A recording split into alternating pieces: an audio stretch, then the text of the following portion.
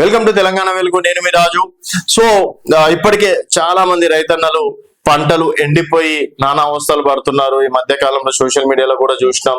So ట్యాంకర్లతోటి వరి పంటకి నీళ్లు ఇయ్యడం కావచ్చు, తర్వాత మోటార్లు లేక, తర్వాత పశువులు మేసి, అలాగే దాంట్లోనే అంటే పశువులు కావచ్చు, తర్వాత కొంతమంది రైతులు ఏడవడం కూడా మనం చూసినాము.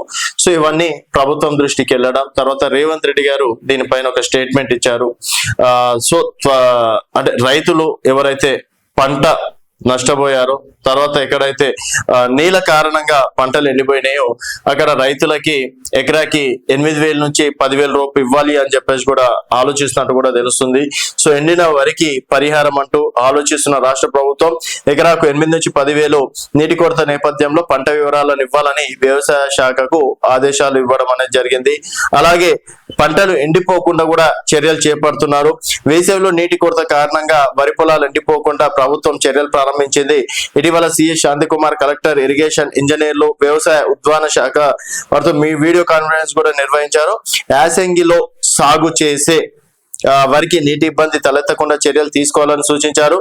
అలాగే దీంతో అధికారులు ఎప్పటికప్పుడు భూగర్భ జలాల పరిస్థితులను అంచనా వేస్తున్నారు. మండల స్థాయిలో తహసీల్దార్లు, వ్యవసాయ శాఖ అధికారులతో కూడా రైతులకు నీటికి పరిస్థితులు అనుగుణంగా వాడుకునేలా పలు సూచనలు చేయడం అనేది కూడా జరిగింది.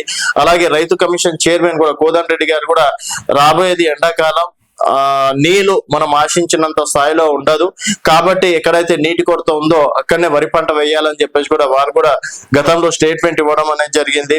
అలాగే ఇప్పుడు రాష్ట్ర ప్రభుత్వం మాత్రం క్షేత్రస్థాయిలో సర్వే తర్వాత పంటలపై మరింత స్పష్టత వచ్చే అవకాశం ఉంది. వర్షాలకు పంటలకు దెబ్బతినడంతో రాష్ట్ర ప్రభుత్వం రైతులకు ఎకరానికి 8,000 నుంచి 10,000 పరిహారం ఇచ్చి ఆదుకుంది.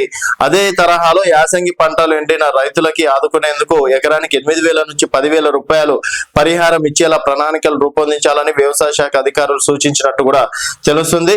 అన్నదాతల పట్ల నిర్లక్ష్యం చేస్తే వారు తీవ్రమైన నిర్ణయాలు తీసుకునే పరిస్థితి వస్తుందని, ముందస్తుగా ప్రకటన చేస్తే రైతు ఆత్మహత్యలు జరగకుండా నివారించవచ్చని భావిస్తున్నారు. ప్రాజెక్టుల కింద సాగు చేసిన భూముల్లో చివరికి ఆయకట్టు పంటలు ఎండినట్టు కూడా, అదే విధంగా బోర్బావుల కింద చాలా ప్రాంతాల్లో వేసిన పంటలు ఎండిపోయినట్టు కూడా అధికారులు చెప్తున్నారు.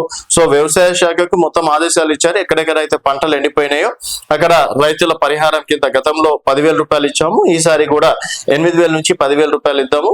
ఎక్కడ అంటే లబ్ధిదారులని మొత్తం సర్వే చేయాలి అని చెప్పేసి కూడా భావించింది. సో దీంతో రైతు ఆత్మహత్యలు కావచ్చు, తర్వాత రైతుల గోసకు కూడా రాష్ట్ర ప్రభుత్వం పెద్ద ఎత్తున హెల్ప్ చేస్తున్నట్టు కూడా తెలుస్తుంది. చూడాలి మరి ఎప్పుడు వరకు ఇస్తారు ఏందనేది చూడాలి. సో మొత్తానికి ఇది ఒక రకంగా రైతులకు నిజంగా శుభవార్త అని చెప్పేసి కూడా చెప్పుకోవచ్చు. మరి రైతుల పరిహారం పైన మీ అభిప్రాయాల కింద కామెంట్ రూపంలో తెలియజేయండి. చూస్తూనే ఉండండి తెలంగాణ వెలుగు. అలాగే ఇప్పటివరకు ఛానల్ ని ఆదరిస్తున్నందుకు ధన్యవాదాలు. సబ్స్క్రైబ్ చేసుకున్న వాళ్ళు దయచేసి ఛానల్ ని సబ్స్క్రైబ్ చేసుకోవాల్సిందిగా కోరుకుంటున్నాను.